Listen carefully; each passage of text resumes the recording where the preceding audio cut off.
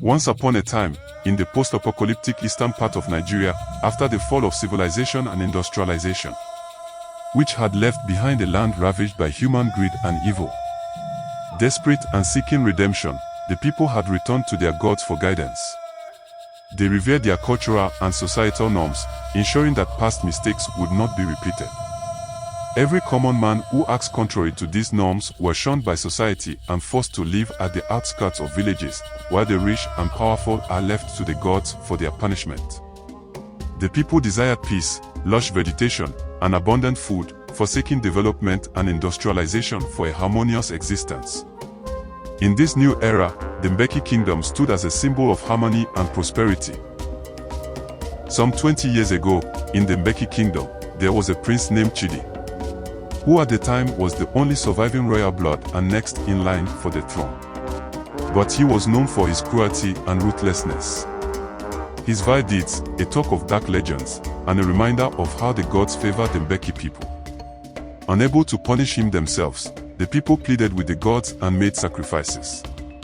With that, Prince Chidi, the rich and powerful royal, was punished by the gods. Cursed to live as a half-beast, half-man creature and banished to Mount Abu, a mountain known for its rain shrouded in mist and mystery.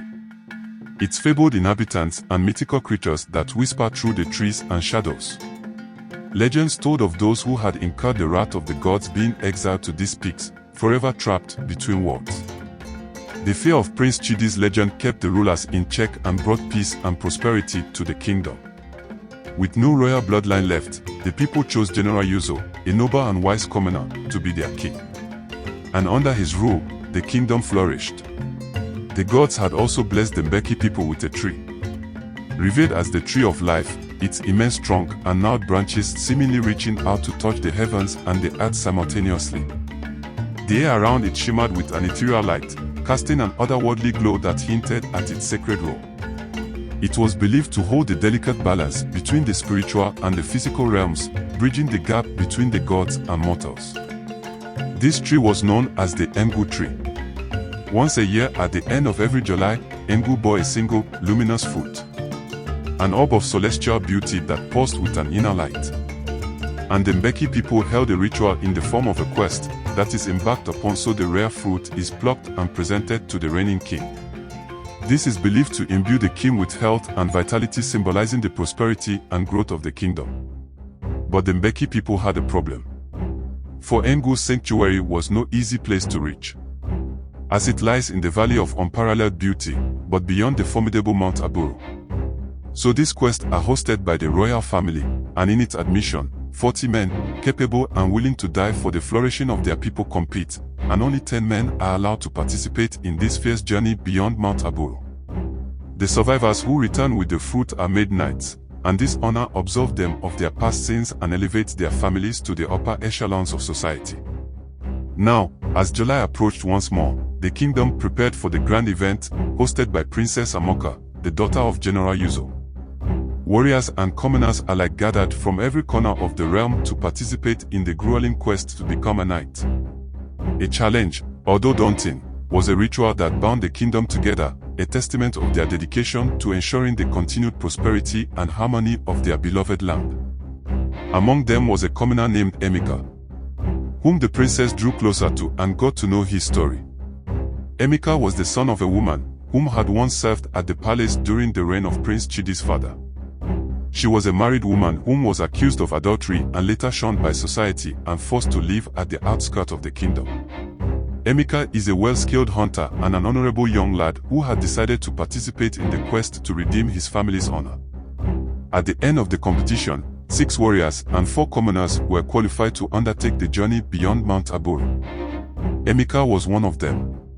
So was Chinidu, a well-known warrior and cousin to Princess Amoka, whom she holds dear. Before the journey began, she had both men swear to her to protect each other and come back alive whatever the cost.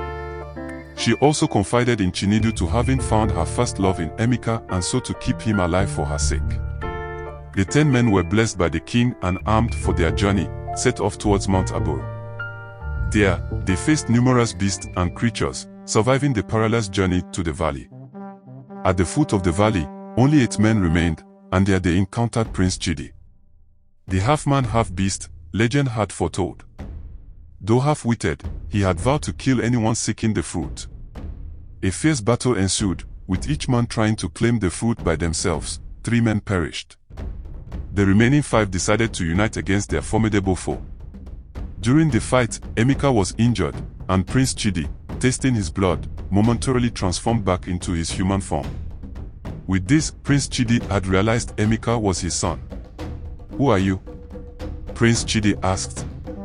"I'm nobody," Emeka responded. "But a mere hunter and the son of Miss Amanda." "Where does your mother hail from?" Prince Chidi asked. "She tells me nothing," Emeka said. "All I know is she once served in the palace before the days of King Yuzo the General." Having heard this, Prince Chidi realized Miss Amanda was one of several victims which he had raped, and revealed to Emeka that he is in fact his son and the last surviving blood of the royal line. With this new revelation, Prince Chidi granted the 5 warriors the fruit and let them live, while he was transformed back into his cursed form and went back into the mountain.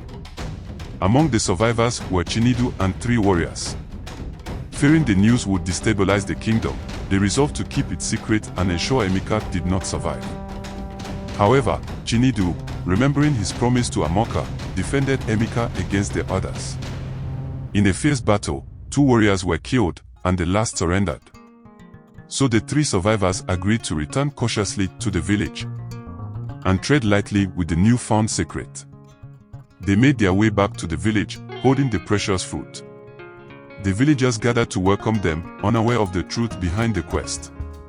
Princess Amoka rushed forward, relieved and overjoyed to see Emeka safe.